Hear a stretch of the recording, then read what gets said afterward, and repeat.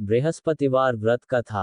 श्री गणेशाय नमः। श्री हरि विष्णु भगवान, माता लक्ष्मी तथा बृहस्पति देव का स्मरण करते हुए आज हम सब बृहस्पतिवार व्रत कथा का पावन पाठ आरंभ करते हैं। सकल विघ्नों का नाश हो, बुद्धि का प्रकाश हो, परिवार में सुख समृद्धि, शांति व सद्बुद्धि की प्राप्ति हो। हे देव गुरु बृहस्पति, हमें सत्य मार्ग पर चलने की प्रेरणा दें। अब श्रद्धापूर्वक कथा आरंभ की जाती है।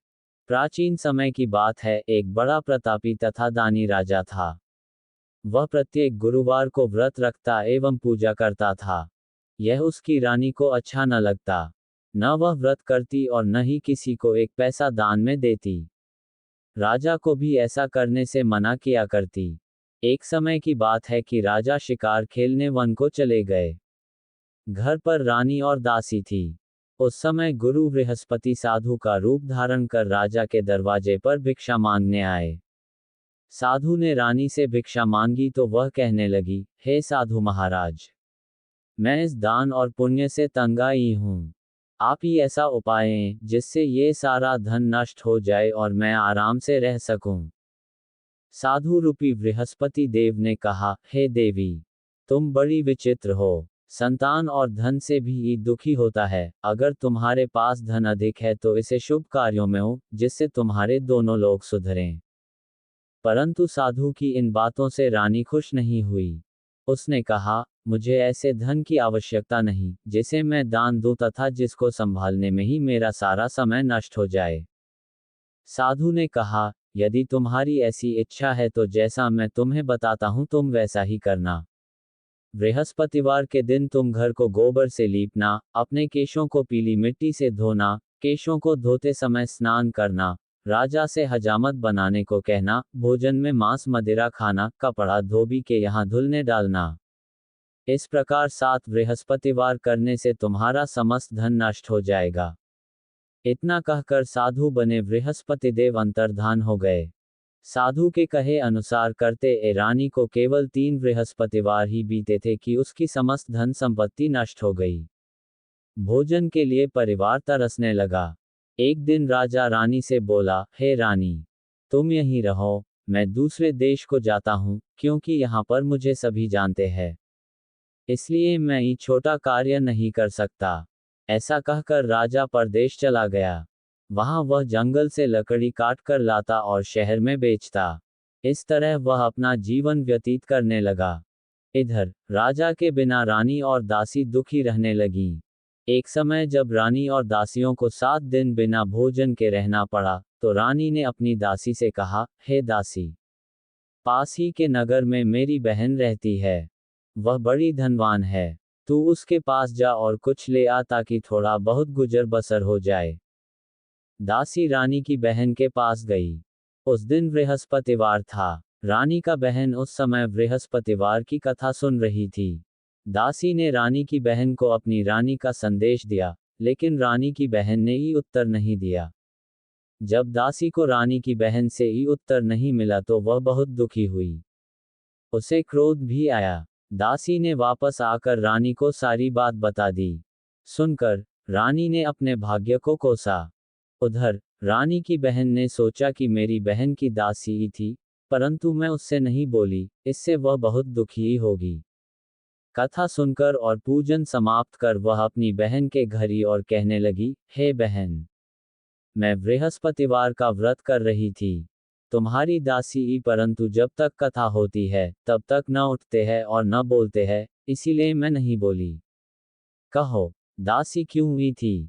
रानी बोली, बहन, हमारे घर अनाज नहीं था। ऐसा कहते कहते रानी की आंखें भर आई। उसने दासियों समेत भूखा रहने की बात भी अपनी बहन को बता दी। रानी की बहन बोली, बहन देखो, बृहस्पतिदेव भगवान सबकी मनोकामना पूर्ण करते हैं। देखो, शायद तुम्हारे घर में अनाज रखा हो। ये सुनकर दासी घर के अंदर ही तो वहां उसे एक घड़ा अनाज का भरा मिल गया। उसे बड़ी हैरानी हुई क्योंकि उसे एक एक बर्तन देख लिया था। उसने बाहर आकर रानी को बताया। दासी रानी से कहने लगी, हे रानी, जब हमको भोजन नहीं मिलता तो हम व्रत ही तो करते हैं, इसलिए क्यों न इनसे व्रत और कथा की विधि पूछ ली जाए, हम भी व्रत किया करेंगे। दासी के कहने पर रानी ने अपनी बहन से बृहस्पतिवार व्रत के बारे में पूछा। उसकी बहन ने बताया, बृहस्पतिवार के व्रत में चने की दाल और मुनक्का से विष्णु भगवान का केले की जड़ में पूजन करें तथा दीपक जलाएं। पीला भोजन करें तथा कथा सुनें। इससे गुरु भगवान प्रसन्न होते हैं, मनोकामना पूर्ण करते हैं। व्रत और पूजन की विधि बताकर रानी की बहन अपने घर लौट आई। रानी और दासी दोनों ने निश्चय किया कि बृहस्पतिदेव भगवान का पूजन जरूर करेंगे। 7 रोज बाद जब बृहस्पतिवार आया तो उन्होंने व्रत रखा। गुड़साल में जाकर चना और गुड़ बीनी तथा उसकी दाल से केले की जड़ तथा विष्णु भगवान का पूजन किया। अब पीला भोजन कहाँ से आए? दोनों बड़ी दुखी हुई, परंतु उन्होंने व्रत किया था इसलिए बृहस्पतिदेव भगवान प्रसन्न थे।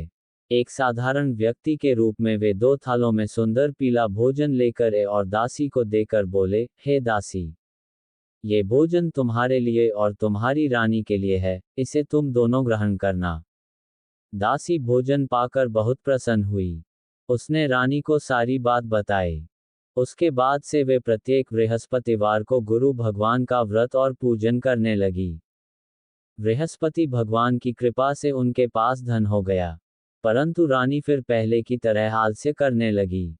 तब दासी बोली, देखो रानी, तुम पहले भी इस प्रकार आलस्य करती थी, तुम्हें धन के रखने में कष्ट होता था, इस कारण सभी धन नष्ट हो गए। अब गुरु भगवान की कृपा से धन मिला है तो फिर तुम्हें आलस्य होता है। बड़ी मुसीबतों के बाद हमने ये धन पाया है, इसलिए हमें दान पुण्य करना चाहिए। अब तुम भूखे मनुष्यों को भोजन हो लगवाओ, ब्राह्मणों को दान दो, कुआं तालाब बावड़ी आदि का निर्माण हो, मंदिर पाठशाला बनवाकर ज्ञान दान दो, कुंवारियों का विवाह हो अर्थात धन को शुभ कार्यों में खर्च करो, जिससे तुम्हारे कुल का यश बढ़े तथा स्वर्ग प्राप्त हो और पितर प्रसन्न हो। दासी की बात मानकर रानी शुभ कर्म करने लगी। उसका यश फैलने लगा। एक दिन रानी और दासी आपस में विचार करने लगी कि न जाने राजा किस दशा में होंगे, उनकी खोज खबर भी नहीं है। उन्होंने श्रद्धापूर्वक गुरु बृहस्पति भगवान से प्रार्थना की कि राजा जहां कहीं भी हो, शीघ्र वापस आ जाएं। उधर राजा परदेश में बहुत दुखी रहने लगा। वह प्रतिदिन जंगल से लकड़ी बीन कर लाता और उसे शहर में बेचकर अपने दुखी जीवन को बड़ी कठिनता से व्यतीत करता। एक दिन दुखी हो, अपनी पुरानी बातों को याद करके वह रोने लगा और उदास हो गया।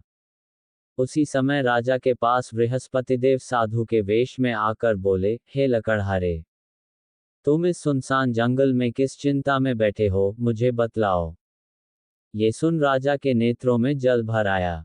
साधु की वंदना कर राजा ने अपनी संपूर्ण कहानी सुना दी। महात्मा दयालु होते हैं। वे राजा से बोले, हे राजा, तुम्हारी पत्नी ने बृहस्पतिदेव के प्रति अपराध किया था, जिसके कारण तुम्हारी ये दशा हुई। अब तुम चिंता मत करो, भगवान तुम्हें पहले से अधिक धन देंगे। देखो, तुम्हारी पत्नी ने बृहस्पतिवार का व्रत प्रारंभ कर दिया है। अब तुम भी बृहस्पतिवार का व्रत करके चने की दाल व गुड़ जल के लोटे में डालकर केले का पूजन करो। फिर कथा कहो या सुनो, भगवान तुम्हारी सबों को पूर्ण करेंगे। साधु की बात सुनकर राजा बोला, हे प्रभो, लकड़ी बेचकर तो इतना पैसा ही नहीं बचता, जिससे भोजन के उपरांत कुछ बचा सकूं। मैंने रात्रि में अपनी रानी को व्याकुल देखा है। मेरे पास ही साधन नहीं, जिससे उसका समाचार जान सकूं। फिर मैं कौन सी कहानी कहूं, ये भी मुझको मालूम नहीं है।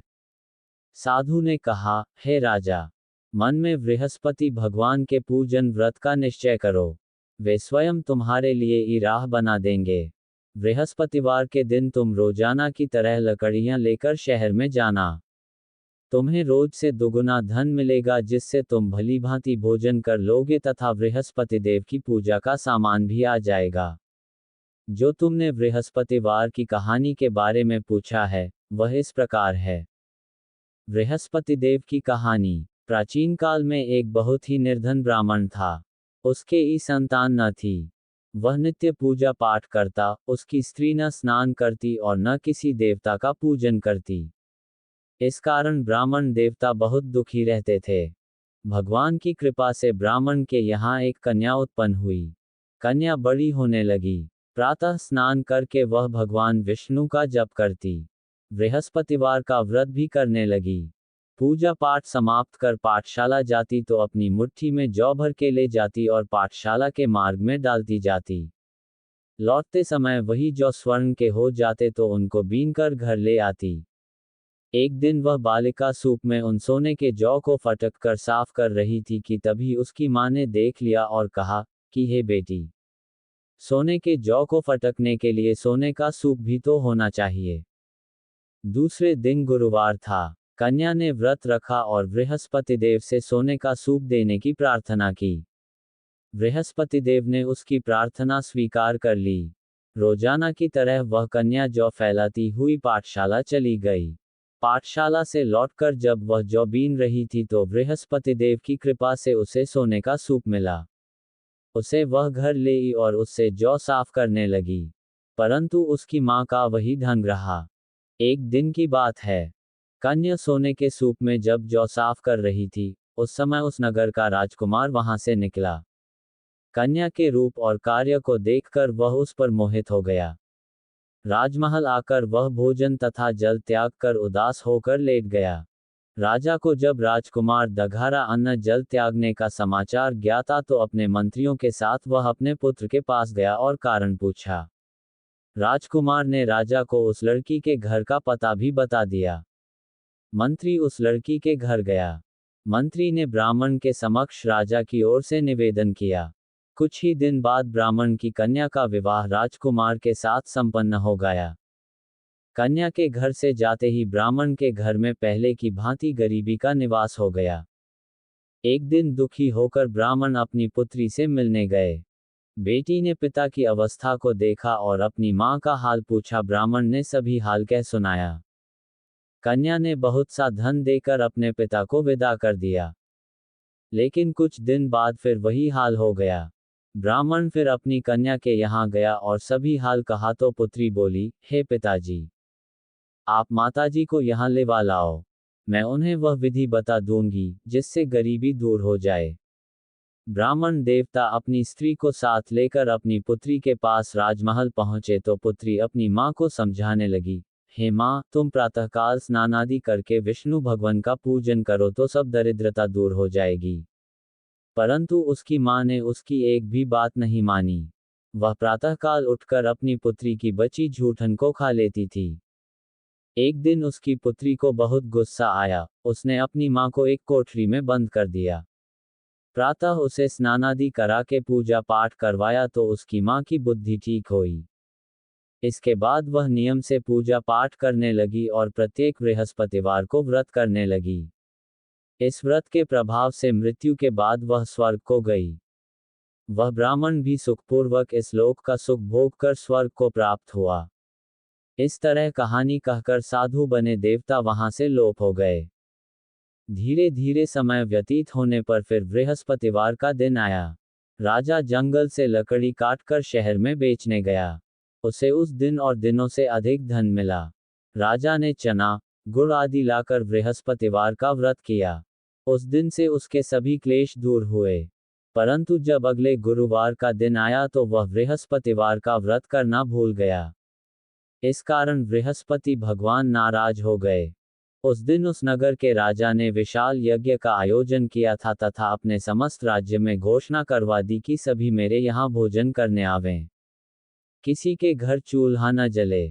इस आज्ञा को जो न मानेगा उसको फांसी दे दी जाएगी। राजा की आज्ञानुसार राज्य के सभी वासी राजा के भोज में सम्मिलित थे, लेकिन लकड़हारा कुछ देर से पहुंचा, इसलिए राजा उसको अपने साथ महल में ले गए। जब राजा लकड़हारे को भोजन करा रहे थे तो रानी की दृष्टि उस खूंटी पर पड़ी जिस पर उसका हार लटका हुआ था। उसे हार खूंटी पर लटका ही नहीं दिया। रानी को निश्चय हो गया कि मेरा हार इस लकड़हारे ने चुरा लिया है। उसी समय सैनिक बुलवाकर उसको जेल में डलवा दिया। लकड़हारा जेल में विचार करने लगा कि न जाने कौन से पूर्वजन्म के कर्म से मुझे ये दुख प्राप्त है और जंगल में मिले साधु को याद करने लगा। तत्काल बृहस्पतिदेव साधु के रूप में प्रकट हुए और कहने लगे, अरे मूर्ख, तूने बृहस्पति देवता की कथा नहीं की, उसी कारण तुझे ये दुख प्राप्त हैं। अब चिंता मत कर, बृहस्पतिवार के दिन जेलखाने के दरवाजे पर तुझे 4 पैसे पड़े मिलेंगे, उनसे तू बृहस्पतिवार की पूजा करना तो तेरे सभी कष्ट दूर हो जाएंगे। अगले बृहस्पतिवार उसे जेल के दरबार पर 4 पैसे मिले। राजा ने पूजा का सामान मंगवाकर कथा कही और प्रसाद बांटा। उसी रात्रि में बृहस्पति देव ने उस नगर के राजा को स्वप्न में कहा, हे राजा, तूने जिसे जेल में बंद किया है, उसे कल छोड़ देना, वह निर्दोष है। राजा प्रातःकाल उठा और खूंटी पर हार टंगा देखकर लकड़हारे को बुलाकर क्षमा मांगी तथा राजा के योग्य सुंदर वस्त्र आभूषण भेंटकर उसे विदा किया। गुरुदेव की आज्ञानुसार राजा अपने नगर को चल दिया। राजा जब नगर के निकट पहुंचा तो उसे बड़ा ही आश्चर्य हुआ। नगर में पहले से अधिक बाग, तालाब और तथा बहुत सी मंदिर आदि बने हुए थे। राजा ने पूछा कि यह किसका बाग और धर्मशाला है। तब नगर के सब लोग कहने लगे कि यह सब रानी और दासी दघारा बनवाए हैं। राजा को आश्चर्य और गुस्सा भी आया कि उसकी अनुपस्थिति में रानी के पास धन कहां से आया होगा। जब रानी ने ये खबर सुनी कि राजा आ रहे हैं तो उसने अपनी दासी से कहा, हे दासी, देख, राजा हमको कितनी बुरी हालत में छोड़ गए थे। वह हमारी ऐसी हालत देखकर लौट न आए, इसलिए तू दरवाजे पर खड़ी हो जा। रानी की आज्ञानुसार दासी दरवाजे पर खड़ी हुई और जब राजा आए तो उन्हें अपने साथ महल में लिवा लाई। तब राजा ने क्रोध करके अपनी तलवार निकाली और पूछने लगा, ओ, ये धन तुम्हें कैसे प्राप्त है? तब रानी ने सारी कथा कह सुनाई। राजा ने निश्चय किया कि मैं रोजाना दिन में 3 बार कहानी कहा करूंगा और रोज व्रत किया करूंगा। अब हर समय राजा के दुपट्टे में चने की दाल बंधी रहती तथा दिन में 3 बार कथा कहता। एक रोज राजा ने विचार किया कि चलो अपनी बहन के यहाँ हो आऊं। इस तरह का निश्चय कर राजा घोड़े पर सवार हो अपनी बहन के यहाँ चल दिया। मार्ग में उसने देखा कि कुछ आदमी एक मुर्दे को लिए जा रहे हैं। उन्हें रोककर राजा कहने लगा, अरे भाइयों, मेरी बृहस्पतिवार की कथा सुन लो। वे बोले, लो, हमारा तो आदमी मर गया है, इसको अपनी कथा की पड़ी है। परंतु कुछ आदमी बोले, अच्छा कहो, हम तुम्हारी कथा भी सुनेंगे। राजा ने दाल निकाली और कथा कहनी शुरू कर दी। जब कथा आधी ही तो मुर्दा हिलने लगा और जब कथा समाप्ति तो राम राम करके वह मुर्दा खड़ा हो गया। राजा आगे बढ़ा। उसे चलते चलते शाम हो गई। आगे मार्ग में उसे एक किसान खेत में हल चलाता मिला। राजा ने उससे कथा सुनने का आग्रह किया, लेकिन वह नहीं माना। राजा आगे चल पड़ा। राजा के हत्ते ही बैल पछाड़ खाकर गिरे तथा किसान के पेट में बहुत जोर से दर्द होने लगा। उसी समय किसान की माँ रोटी लेकर आई। उसने जब देखा तो अपने पुत्र से सब हाल पूछा। बेटे ने सभी हाल बता दिया। बुढ़िया दौड़ दौड़ी उस घुड़सवार के पास पहुंची और उससे बोली, मैं तेरी कथा सुनूंगी, तू अपनी कथा मेरे खेत पर ही चलकर कहना। राजा ने लौटकर बुढ़िया के खेत पर जाकर कथा कही, जिसके सुनते ही बैल खड़े हो गए तथा किसान के पेट का दर्द भी बंद हो गया। राजा अपनी बहन के घर पहुंच गया। बहन ने ई की खूब मेहमानी की। दूसरे रोज प्रातःकाल राजा जागा तो वह देखने लगा कि सब लोग भोजन कर रहे हैं। राजा ने अपनी बहन से जब पूछा, ऐसा ही मनुष्य है जिसने भोजन नहीं किया हो, जो मेरी बृहस्पतिवार की कथा सुन ले? बहन बोली, हे भैया, ये देश ऐसा ही है, यहाँ लोग पहले भोजन करते हैं, बाद में अन्य काम करते हैं। फिर वह एक कुम्हार के घर ही, जिसका लड़का बीमार था। उसे मालूम आ कि उसके यहाँ 3 दिन से किसी ने भोजन नहीं किया है। रानी ने अपने ई की कथा सुनने के लिए कुम्हार से कहा। वह तैयार हो गया। राजा ने जाकर बृहस्पतिवार की कथा कही, जिसको सुनकर उसका लड़का ठीक हो गया। अब तो राजा को प्रशंसा होने लगी। एक दिन राजा ने अपनी बहन से कहा, हे बहन, मैं अब अपने घर जाऊंगा, तुम भी तैयार हो जाओ। राजा की बहन ने अपनी सास से अपने ई के साथ जाने की आज्ञा मांगी। सास बोली, हाँ चली जा, मगर अपने लड़कों को मत ले जाना, क्योंकि तेरे ई के ई संतान नहीं होती है। बहन ने अपने ई से कहा, हे भैया, मैं तो चलूंगी मगर ई बालक नहीं जाएगा। अपनी बहन को भी छोड़कर दुखी मन से राजा अपने नगर को लौट आया। राजा ने अपनी रानी से सारी कथाई और बिना भोजन किए वह शैया पर लेट गया। रानी बोली, हे प्रभो, बृहस्पतिदेव ने हमें सब कुछ दिया है, वे हमें संतान अवश्य देंगे। उसी रात बृहस्पतिदेव ने राजा को स्वप्न में कहा, हे राजा, उठ, सभी सोच त्याग दे, तेरी रानी गर्भवती है। राजा को ये जानकर बड़ी खुशी हुई। 9वें महीने रानी के गर्भ से एक सुंदर पुत्र पैदा हुआ। तब राजा बोला, हे रानी, स्त्री बिना भोजन के रह सकती है, परंतु बिना कहे नहीं रह सकती। जब मेरी बहन आए तो तुम उससे कुछ मत कहना। रानी ने हाँ कर दी। जब राजा की बहन ने ये शुभ समाचार सुना तो वह बहुत खुशी तथा ई लेकर अपने ई के यहाँ आई। रानी ने तब उसे आने का उलाहना दिया। जब ई अपने साथ ला रहे थे, तब टाल गई। उनके साथ नहीं और आज अपने आप ही भागी भागी बिना आ गई। तो राजा की बहन बोली, भाई, मैं इस प्रकार न कहती तो तुम्हारे घर औलाद कैसे होती। बृहस्पतिदेव सभी पूर्ण करते हैं। जो सद्भावनापूर्वक बृहस्पतिवार का व्रत करता है एवं कथा पढ़ता है अथवा सुनता है और दूसरों को सुनाता है, बृहस्पतिदेव उसकी सभी पूर्ण करते हैं, उनकी सदैव रक्षा करते हैं। जो संसार में सद्भावना से गुरुदेव का पूजन एवं व्रत सच्चे हृदय से करते हैं, उनकी सभी वैसे ही पूर्ण होती है, जैसी सच्ची भावना से रानी और राजा ने बृहस्पतिदेव की कथा का गुणगान किया, तो उनकी सभी बृहस्पतिदेव जी ने पूर्ण की। अनजाने में भी बृहस्पतिदेव की उपेक्षा न करें।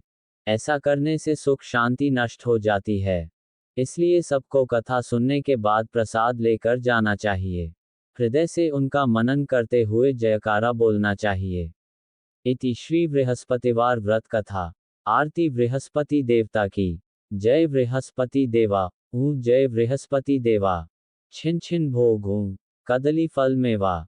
तुम पूर्ण परमात्मा, तुम अंतर्यामी। जगत पिता जगदीश्वर, तुम सबके स्वामी।